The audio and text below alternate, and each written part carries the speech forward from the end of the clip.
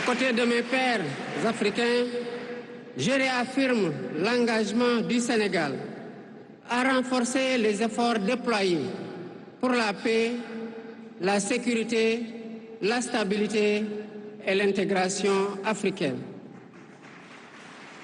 Aux pays amis et aux partenaires, je réitère l'engagement et l'ouverture du Sénégal à des échanges respectueux de notre souveraineté, conformes aux aspirations de notre peuple, dans un partenariat mutuellement gagnant.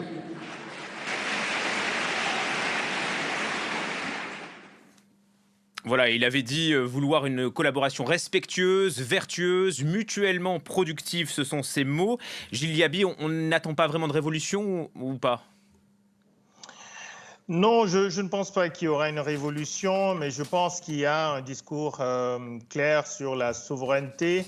Ce qui est intéressant, c'est peut-être de distinguer ce discours sur la souveraineté lorsqu'il vient d'un président élu démocratiquement, au terme à nouveau d'un processus tout à fait incontestable, et le discours sur la souveraineté qu'on peut entendre dans d'autres pays où on a des régimes militaires issus de coups d'État.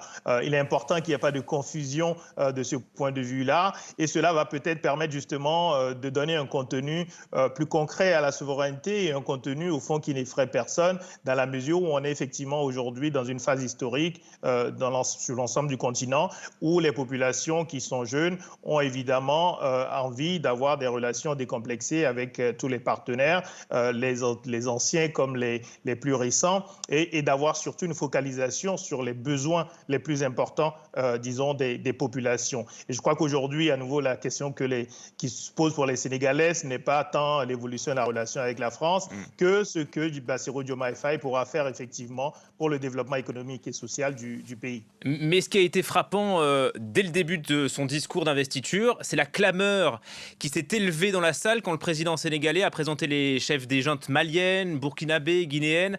C'est vrai qu'il ne cache pas son désir de se rapprocher de ces juntes-là. Il prône même leur retour dans la CEDEAO. Là, ça s'inscrit aussi dans sa volonté de souveraineté nationale. Alors, je ne dirais pas que ça s'inscrit dans la volonté de souveraineté nationale, ça s'inscrit plutôt dans le discours sur l'intégration, parce qu'il ne faut pas oublier aussi que dans le nom du parti PASTEF, il y a quand même patriotes africains également pour la solidarité, l'éthique, etc. Donc, vous avez à la fois un discours souverain, mais en même temps un discours, disons, qui ne remet pas en cause l'intégration régionale et l'intégration africaine. Et ça, c'est extrêmement important dans le moment de crise que nous traversons aujourd'hui sur le plan de l'intégration ouest-africaine avec l'affaiblissement de la CEDEAO en particulier. Dernière question sur le président sortant, hein, Macky Sall, 12 années au pouvoir. Il s'apprête aujourd'hui à quitter le palais présidentiel de Dakar. Il aurait voulu avoir un peu plus de temps, hein, puisque lui-même a reporté l'élection et il a ouvert une crise politique inédite dans le pays. Quel héritage il laisse? Quel bilan est-ce qu'on peut tirer de ces années de présidence? Alors, Macky Sall, c'est 12 années de présidence, un mandat de 7 ans et un mandat de 5 ans. C'est son ensemble de réalisations sur le plan économique et social, mais en particulier sur le plan des infrastructures. Il a poursuivi le travail de modernisation du Sénégal qui avait été entrepris par Abdoulaye Wade.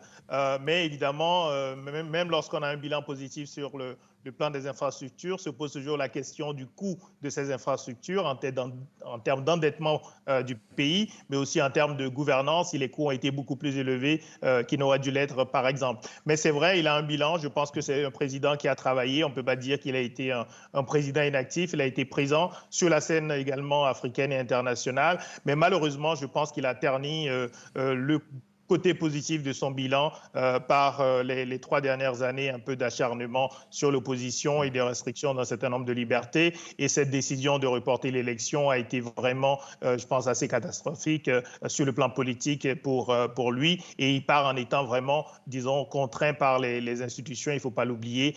Si cette élection a pu se tenir, c'est parce que le Conseil constitutionnel a quand même cassé des décisions qui avaient été prises par le président Macky Sall.